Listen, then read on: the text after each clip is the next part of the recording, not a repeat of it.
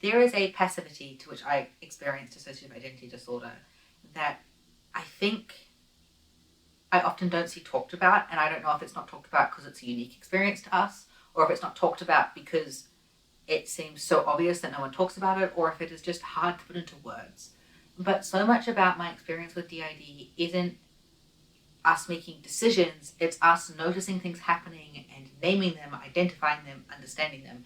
And yes, sometimes we can have some influence over those things, but so often what is happening in our system, who is where, who remembers what, who does what, it's not a decision-based practice. It is purely us naming an experience that is already happening. Hello, if you don't know us, we are Brigade of Beans. We are diagnosed with dissociative identity disorder. Normally we say in these videos who is fronting, but I'm not one person at the moment. I am many. And that is something that I will talk about in this video as well. This is a bonus video. It's not one of our monthly videos. I've just been having thoughts about this for the last few days, and I wanted to put it out there into the world to see if anybody else relates.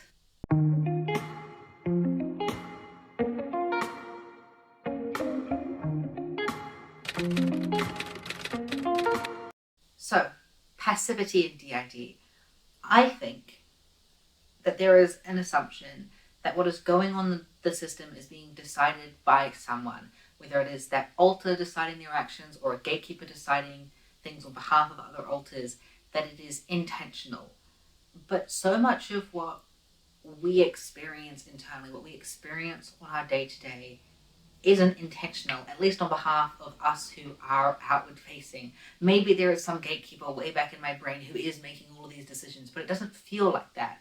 It feels like a lot of my experience with DID is just innate to how my brain works. It's not something that is being worked on, it is not something that is being upheld, it is just a happening, and I am noticing that happening and trying to understand that happening. The first thing that I want to talk about is fronting for us.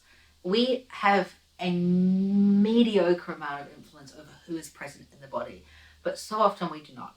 It is very, very rare that it is only one alter in our body, and it's not even like it's fully multiple alters. It's like there's just parts of some alters also here. Like it's somebody's foot and somebody's hand and somebody's torso, and we amalgamate into this Frankenstein creature of multiple alters blended together. But we're also not fully any of the alters who make us up at that time frame. It is a mosaic of many, but also isn't anybody. And we can notice that, we can observe it, we can try and understand it and name it. We can't really influence it. It's not like, for example, we can go, oh, I can kind of sense that flower might be around because I want to listen to the crane wives and the paper kites, and I want to read Miss Peregrine's Home for Peculiar Children, or I'm feeling very hopeful, or I feel like my color is kind of a light blue.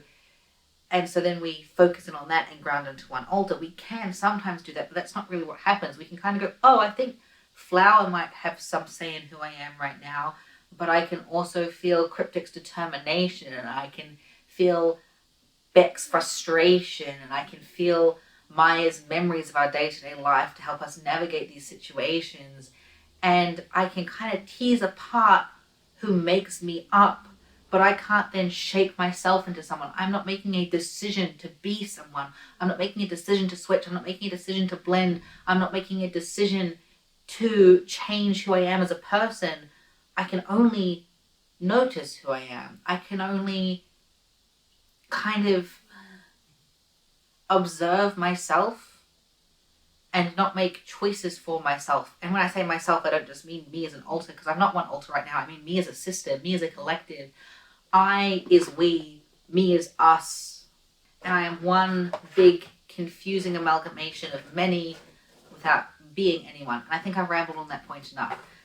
The crux of which is I am not deciding who is fronting. I'm not making a decision, and we have worked on that. We have been able to facilitate some switches. We can do it sometimes, but our day-to-day life, sorry for the cardboard sounds in the background, s'mores in a box, and if I stop talking I'm going to lose my train of thought, but my day-to-day life, if I was trying to make decisions about who I am all the time, I'd have no capacity for doing anything else, because there's so much that goes on in my brain that there is no time or energy to control it, because that takes so much concentration and effort. It's not decision making, It's passively experiencing. Another element of this is alter roles. We don't decide who a protector is. We don't decide who a trauma holder is. We don't decide who our host is. That's just natural happenings. And I wish we could make those decisions, because it would be so much easier for us mentally if we could go, okay, there's trauma that's really intense. Here's an alter that is willing to hold that. Here is an alter who feels like an adult. Here is an alter who understands that what happened to us doesn't define us. If only we could just pick up those memories and put them somewhere else. But we can't. Those memories are stuck, most often with very, very young children who are being tortured over and over again by memories of stuff that's already happened that isn't taking place anymore, but they can't escape out of, they can't tease apart. They are just stuck in 2004 or 2007 or 2011, and they can't get out. And we can't get them out. This isn't a choice that we're making. We would never choose to have our kids have to hold so much fucking trauma, to remember the horrific things that happened to us, the things that we can't put into words, that we can't share on the internet safely, that we can hardly say in our therapist's office, that we can hardly say to our best friend. These happenings that tore us apart so that we're fragmented, that keep us divided because they're too much for anyone to handle, are not being held by the adults that want to hold them, but by children who are being tortured by them. And that is not an active choice, that is just a passive happening. And I wish with every fucking morsel of my being that I could change it, because it's not fucking fair. I do not have a decision about how the dissociative barriers divide up my brain, what memories are held behind them, who has to hold them. I don't make a decision on each individual part's identity. That's just innate to who they are. And a part of that extra sucks, is so much of what caused us to develop DID was stuff that we didn't have a choice in, that we did not have a say in, that was stuff being done to us that we were just experiencing. And now, as we continue to live our life as a 24-year-old, we're having to just keep living passively with these experiences that are so ingrained into our functioning, into our personhood, that we can kind of sometimes have some influence over, but not really. And there's that sense again of, this is something that I don't have control over. This is something I don't have a say in. It's just how my brain operates. I don't choose for alters to not be able to front when they want to.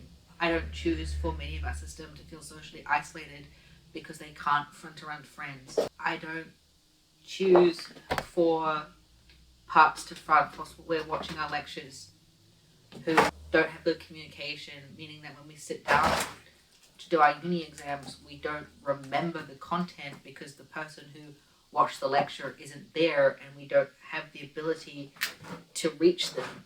And so we get questions wrong because that information, which we do know, which is in our brain, is sectioned off and divided somewhere else that we can't choose to reach or connect to. And maybe that choice will come later with more healing.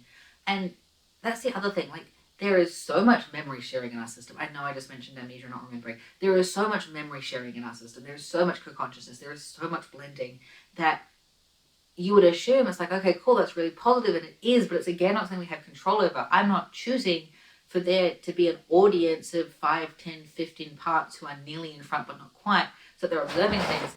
It is really helpful for navigating memory loss to have this co-consciousness, to have this blending, to have these combinations of parts, but it's still not a choice. And I wonder sometimes if that's why we don't have this visual inner world, because our DID isn't a choice, it's just a happening. Things happen, they take place, but no one is making decisions fully for themselves. And again, I don't know if that is something that is everyone's with DID's experience, where there's all of these happenings and the alter names, the roles, the communication, the switching is just naming experiences that are already happening, or whether we as a system just have a lot less control than other systems do, have a lot less influence, have a lot more confusion and passivity. It also comes down to decisions about how alters present. And I know that this one's talked about a lot, especially within the concept of introspective. You don't choose who you split, you don't choose what your sources are. And in a way that ties into what will be our end of June video, hopefully, as long as we get the research done. You don't choose what your pseudo memories are. We don't make decisions about ourselves. Maya did not choose to be social. Deke did not choose to have a stutter. Maribel did not choose to be almost consumed with grief. Pan didn't choose to be filled with pride. Tempest didn't choose to be filled with hope. These are not decisions that these alters made. These are innate aspects to their personhood. Peace didn't choose to be an orb of light. Theseus didn't choose to go dormant for a year. We didn't choose to not understand and to assume that he'd fused when he hadn't. We didn't choose for fusions to take place, caveat coming up there. We didn't choose for a bunch of alters to split in November. We did not choose these things. Our brain did it. We noticed it. We named it. The caveat there is with fusions, we do have some level of choice. We have the most choice when we are giving up our individuality to become somebody new. We've had 2 big fusions this year. Magnus fused into the entire system, and he made that choice.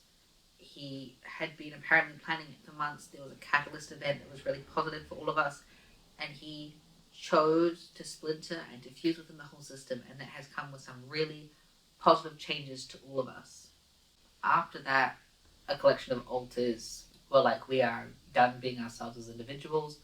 We would like to fuse into one part. This is what we want to bring with us. And there was a lot of intentionality and decision making and reflectiveness that took part in that process. And that happened how they wanted it to happen. And now we have Heather. And Helena isn't around anymore. Poppy isn't around anymore. North isn't around anymore. They are, but are now Heather. These changes happened with their direction, but it is bittersweet that the time where we have the most choice is when we are ending our individuality.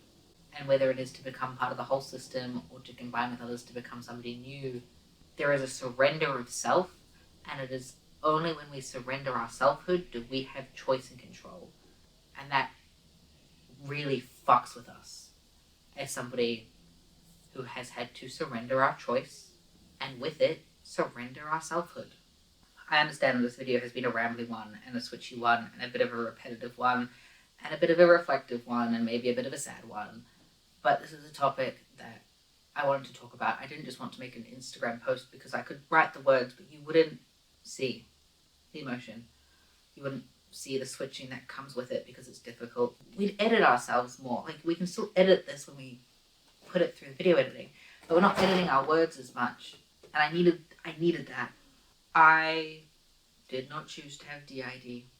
I did not choose to have trauma. I did not choose who I am. I don't choose how I switch. I don't choose how I blend. I don't choose who I split. I don't choose what I like. I don't choose how I relate to the body.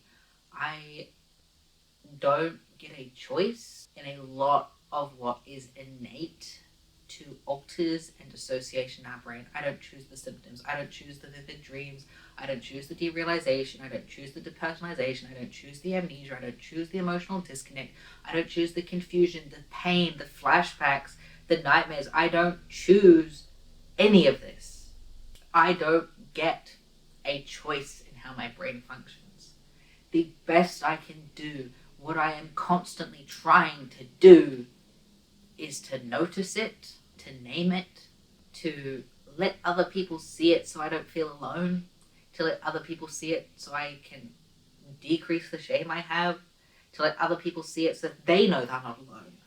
I can let people into my world, I can show them my world, I can be like, this is me. But how much of it is me if I'm not making the choice? How much of it is me if it is stuff happening to me? How much of my DID, my system, myself, my identity, my preferences, the way my voice sounds, the way my body moves, how much of it is me if it is just given to me by my brain and I simply go, okay, I understand that these specific markers, these specific memories, this specific preference means that it's me right now, not them. I don't choose any of that. So letting people in, letting them see me, letting them see my system, it's not fucking showing them me because I don't have a choice in any of this. And if I don't have a choice, how can it be me? I pretty much never have a fucking choice in anything that my brain does. And it's really sad and really depressing and really frustrating and lonely and isolating. And I wish that I didn't have DID, or I wish that I could be a system without the trauma, Or be a system who's processed the trauma, who has choice and control and not just understanding. I wish that my life wasn't still ruled, whether external people see it or not, by things that happened to me as a child. All I can do is go to therapy and do the self-work and do the understanding and advocate for myself and accept support and hope that maybe one day I don't feel like a passive observer in my own brain. Maybe one day I'll get to choose who's fronting. I can choose where the memories sit. I can choose who's co-conscious. Maybe one day I will have an active role in my life and not just only be present because I've been triggered. Or maybe I'll never have that. And maybe I'll always just be a passive observer, here for the ride, hoping for better, but never actually getting there. I don't know. I just have to wait and see. And it's really fucking hard. And it's really fucking unfair. I think that we've said as much as we have to say about the topic without repeating ourselves again. If you've got to this part of this video, thank you for sitting with us and witnessing us. If you're a system and you relate to being a passive observer in your own life, let us know in the comments. If you're a system who does have that choice and control and who does feel like a lot of your day-to-day is based on active decisions, feel free to share that as well. I imagine that must be exhausting, because as much as our passive observing is distressing, it's all going on in the background. It doesn't take that much energy. I imagine, and I could be wrong, so correct me, that if you are making decisions all the time about who's fronting, who's where in the inner world, who knows what, that would wear you down so much. But I think I'd rather be exhausted and have choice and control than also still being exhausted, let's face it, and being a passenger. This has not been a fun video. I'm sorry. It's been a bit doom and gloom, but it's been an honest video. So thank you all for watching, and we'll see you later this month with a video about pseudo memories, hopefully. Bye.